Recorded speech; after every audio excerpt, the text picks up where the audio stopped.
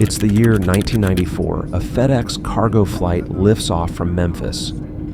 It's supposed to be routine, just a crew, a quiet cabin, and some boxes. But 30 minutes later, there's blood on the cockpit walls. 3 men are brutally wounded, and the plane is hurtling toward the ground at over 500 miles an hour. The attacker, Auburn Calloway, a flight engineer working that very shift. But this isn't a hijacking in the traditional sense. There are no demands, no threats to land in Cuba, no ransom. Auburn isn't trying to escape, he's trying to die, because he believes it's already over. He thinks FedEx is about to fire him, he's broke, his kids live with his ex-wife, and he sees no way out except one: crash the plane with himself on it and make it look like an accident. Why? Because if he dies while technically on the job, his family collects a $2.5 million life insurance payout. It's a plan built on precision, secrecy, and hammers. Auburn boards the flight with weapons hidden in a guitar case, including 2 claw hammers and a spear gun. Once airborne, he unleashes one of the most savage attacks in commercial aviation history. But what he didn't count on was how hard the crew would fight back. What follows is a terrifying in-air brawl involving martial arts, barrel rolls, and a desperate attempt to land a falling aircraft while restraining a man who's already accepted death. And the most tragic twist, FedEx might not have fired him at all. This is the story of Auburn Calloway and how 3 men faced a co-worker who turned a cargo plane into a coffin.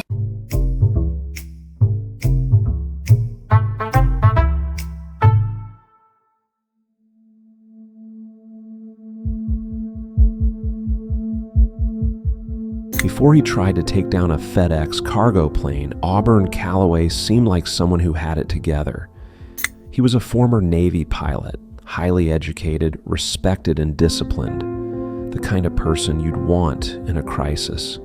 He wasn't loud, didn't make trouble. People described him as quiet, maybe a little intense, but always capable. By 1994, he was working for FedEx as a flight engineer, a specialized position that made him responsible for critical systems during flights. But Auburn was hiding a secret.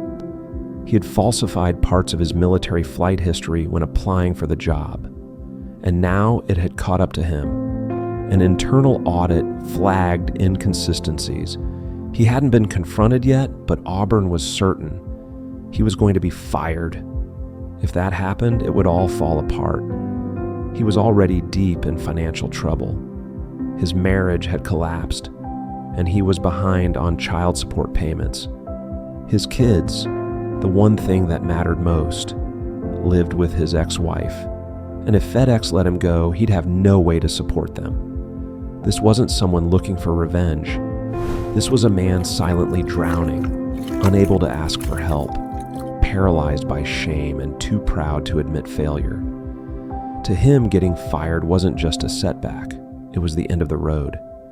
So he convinced himself there was only one solution: crash a plane, die on duty, make it look like an accident.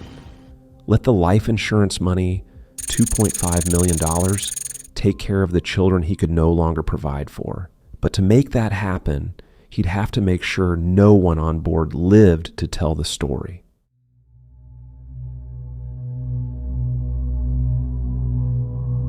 Auburn Calloway spent days preparing for what he believed would be the final act of his life. He didn't leave a note.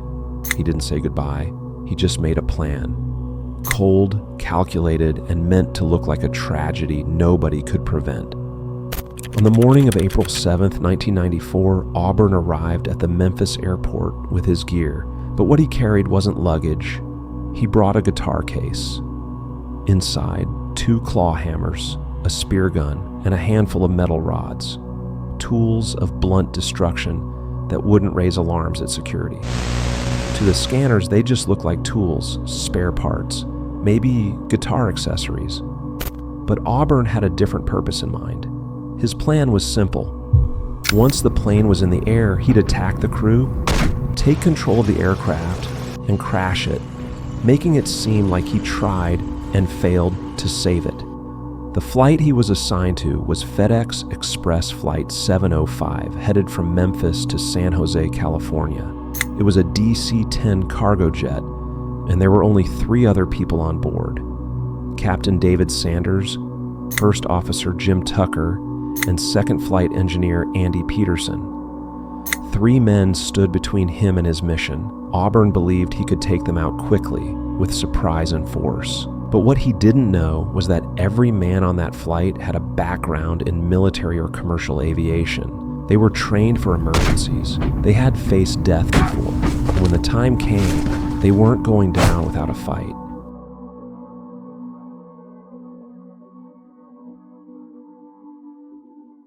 It's just after takeoff. The DC-10 climbs steadily into the sky above Memphis, cruising toward California. Inside the cockpit, everything is routine, calm, focused. Captain David Sanders manages the controls. First Officer Jim Tucker chats casually beside him, and Second Engineer Andy Peterson monitors the gauges. They have no idea that just a few feet behind them, death is quietly approaching. Auburn Calloway sits silently in the galley. He checks his watch. The plane is at cruising altitude. He stands, calmly opens the guitar case he brought on board, and pulls out 2 claw hammers. Not tools, not baggage, weapons. He steps into the cockpit. No one looks back. No one expects anything. Then, without a word, he attacks. He buries a hammer into the back of Peterson's head. Crack. Another into Tucker. Smash. A final swing connects with Sanders. Chaos, blood, shouting. But to Auburn's surprise, they're still alive, wounded but conscious, dazed but fighting. The plan was precision. Quick kills, fast takeover. Instead, he's got a full-blown war inside the cockpit. He backs away, heads to the galley, and rips open his case again. This time, he grabs the spear gun. He storms back in, aiming the weapon. Sit down, or I'll shoot. But before he can fire, Peterson lunges. He grabs the spear gun with both hands, trying to wrench it free. Tucker joins in. The 3 men collapse into a brutal hand-to-hand struggle in the narrow cabin. Auburn fights with lethal intent. He's a martial arts expert, and he's not afraid to die. Meanwhile, bleeding and dazed, Captain Sanders fights to keep the aircraft stable. He turns the plane back toward Memphis. They need to land fast, but Auburn's not done. He's still swinging, still stabbing, still trying to finish what he started. And that's when Sanders, alone at the controls, comes up with something crazy. If he can't stop Auburn with strength, maybe he can stop him with physics. Tucker and Peterson are barely standing, holding on to whatever they can. The plane trembles. Every second, the situation worsens. Then Sanders makes a split-second decision that no pilot manual could ever prepare him for. He rolls the plane. The massive cargo jet tilts 90 degrees, then keeps rolling. The cabin turns upside down. Everything not bolted down slams into the ceiling. The crew, Auburn, all of them crash upward as the aircraft flips nearly inverted. Tucker's voice crackles through the intercom. We're inverted, trying to regain control. Inside, chaos becomes weightlessness. Auburn and the crew tumble through the air like rag dolls. Every slam, every impact could be their last. Then Sanders pulls back, hard. The plane levels just above the tree line. That's when Tucker and Peterson strike back. Sanders radios ground control. Express 705, we've been attacked. Attempted takeover on board. Request emergency landing. Returning to Memphis. He banks the plane back toward home, blood dripping from his temple. Sanders ties Auburn's hands with a headset cable. For the next 20 minutes, they fly a dying airplane with a half-conscious attacker restrained in the galley. And somehow, they keep it in the air. The DC-10 slams into the runway in Memphis. First responders sprint toward the aircraft. They expect a mechanical failure. What they find is something else entirely.